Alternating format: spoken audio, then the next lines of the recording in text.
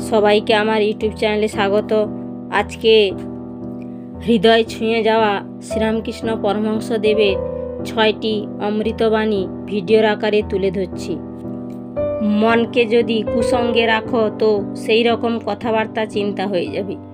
যদি ভক্তের সঙ্গে রাখো তাহলে ঈশ্বর চিন্তা, হরিকথা এসব হবে। হাজার লেখাপড়া শেখো, ঈশ্বরে ভক্তি না থাকলে, তাকে লাভ করার ইচ্ছা না থাকলে সব মিছে। সাধুসঙ্গ সর্বদা দরকার। সাধু অর্থাৎ সৎ ব্যক্তি ঈশ্বরের সঙ্গে আলাপ করে দেন।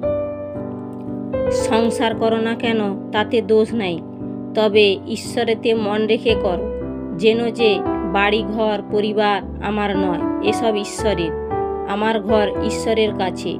আর বলি যে তাঁর পাদপদ্মে ভক্তির জন্য ব্যাকুল হয়ে সর্বদা প্রার্থনা করবে। চাঁদ মামা যেমন সব শিশুর মামা, তেমনি ঈশ্বর সকলেরই আপনার। তাঁকে ডাকবার সকলেরই অধিকার আছে।